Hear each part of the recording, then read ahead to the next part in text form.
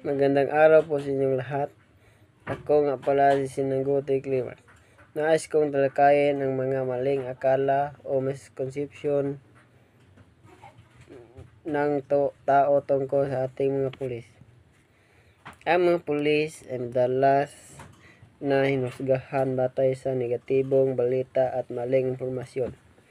Malaga na ating tuklasin ang katotohanan sa likod ng kanilang tungkulin at kilalanin ang kanilang sakripisyo o dedication. Isa sa mga karaniwang mali akala ay ang paniniwala ng lahat ng pulis ay corrupt o masama. Totoo na may ilang individual na nagkamali sa kanilang tungkulin. Ngunit hindi ito nanghulugan sa lahat ay ganito. Ang mga pulis ay mayroong sinumpaang tungkulin na protektahan ang mamayan at ipatupad ang batas. Sa ilalim ng Republic Act No. 6975, nakasaad na ang Philippine National Police o ang PNP ay itinatag upang manatili ang kapayapaan at kaayusan sa bansa.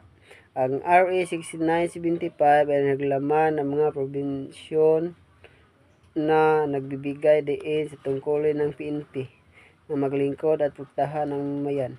Dito rin nakasaad ang mga hakbang upang masiguro ang transparency at accountability ng mga pulis, kasama ang pagkakaroon ng mga internal affairs service na siyang nagsiyasat sa mga reklamo laban sa kanila.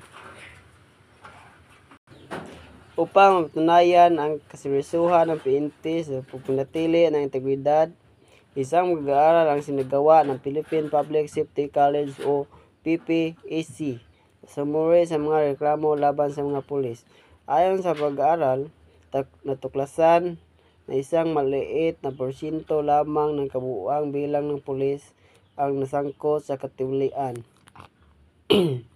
Ipinakita rin sa marami sa mga reklamo ay napatunayang walang sapat na ebidensya sa karamihan mga pulis ay malinis ang record.